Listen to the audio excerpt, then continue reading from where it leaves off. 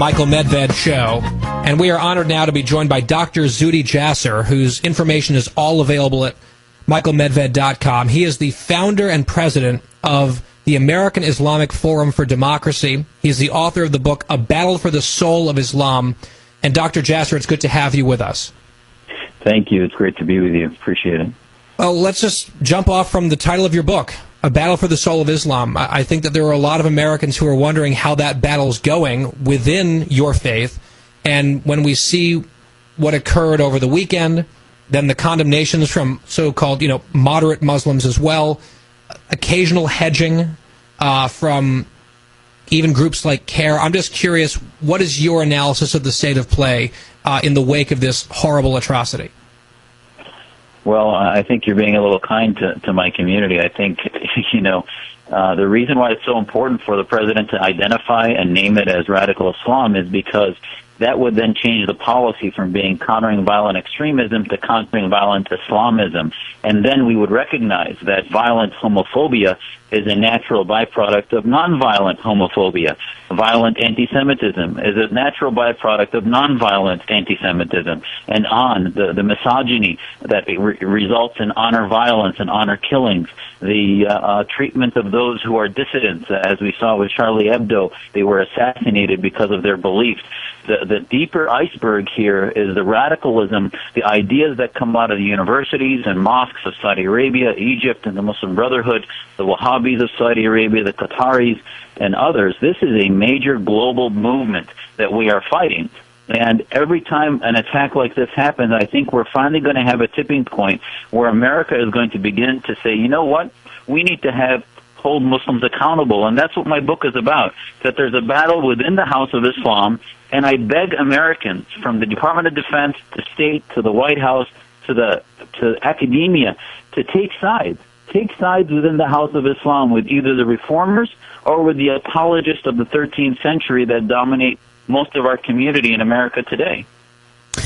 Doctor, I have a question about the narrative that we constantly hear from lots of different factions in this country, but also around the world, about the line of kind of laying the groundwork of saying, well, not all Muslims are like this, which is true, but if they're not, then why is it that we have to state that?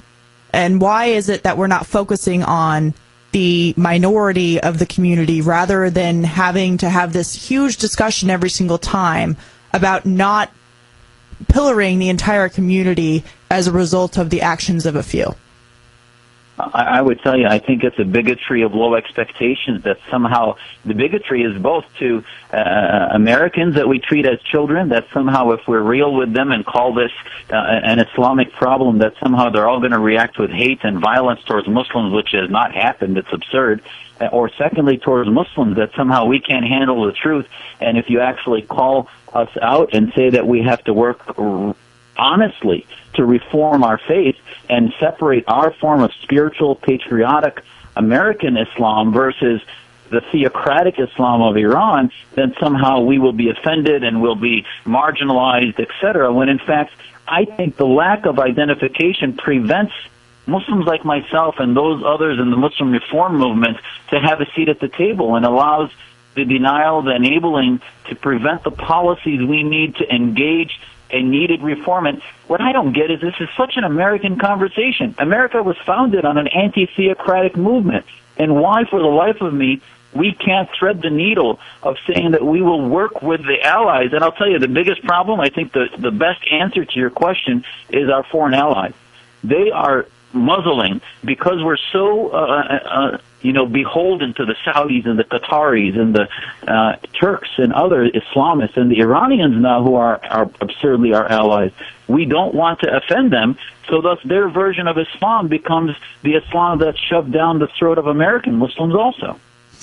Well, to follow up on the point that you made in terms of America getting to a point where we're going to see a change, when do you think we're going to see that? Because there's this report about, and we're not mentioning the name of the terrorists on air as much as possible. There's a report today showing that he made some malicious remarks at his place of employment, but wasn't fired as a result of his standing in his faith, because people were afraid of the backlash of what that would look like. We saw that in the San Bernardino case, that the neighbors not wanting to report their neighbors for fear of being called bigoted. We saw the same thing happen at Fort Hood when the terrorist there was saying these awful things and really sending up red flags, and people were told to hush up because they were going to be portrayed as bigoted. At what point and when do you see us making that change? And how many people have to die before it is made? Well, you know, we formed the organization with a mission not to counter terrorism back in 2003, but to counter Islamism and to separate mosque and state. And people didn't really understand why that was our mission until ISIS was formed, and they said, "Oh, now we understand why you're doing this." And I thought, well, once ISIS was created, people would understand we needed to counter all Islamic states, not only ISIS. And yet they still haven't gotten there. And I thought Charlie Hebdo, when I saw the marches of millions in Paris, I thought that would be a tipping point. And then after about a month, we went back to our normal divisive partisan wrangling, where Muslims are a ping pong ball between one party that says that they're a minority we're going to protect, and the other party that says, well, every Muslim is a possible terrorist, and somewhere in the middle is 90% of America that wants a solution. And I think ultimately we have not been talking about solutions, and we don't realize that the narrative about what's said by presidential candidates and leading pundits and others is so important that we need to thread that needle between the Islam that's our enemy versus the Islam that can be compatible with American ideas. And nobody's really been looking at a long-term strategy, and we can't win this militarily. It has to be won in a long war, and this is a long war. And I hope at some point Americans dig their heels in and say, you know what, we're going to have a program, as we did with the Manhattan Project against the Cold War. We need to have a Manhattan Project finally that looks at a long-term solution to where Islam is and its metamorphosis into modernity.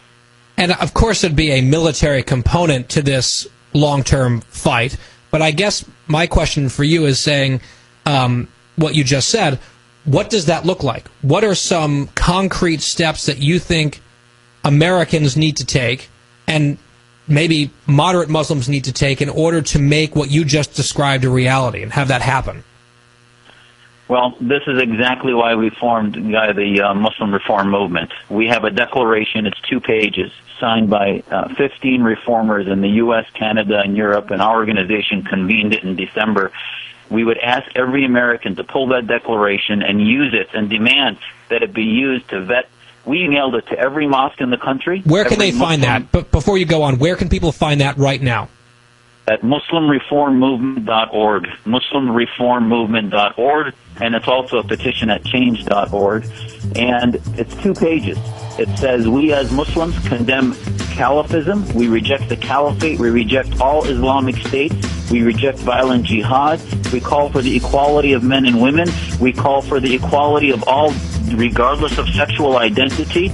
We accept the secular state and reject any Sharia in government. And all of those details are at Muslim Reform Movement, MuslimReformMovement.org. Dr. Zuhdi Jasser, thank you for your time today. Thank you for coming on the show. Michael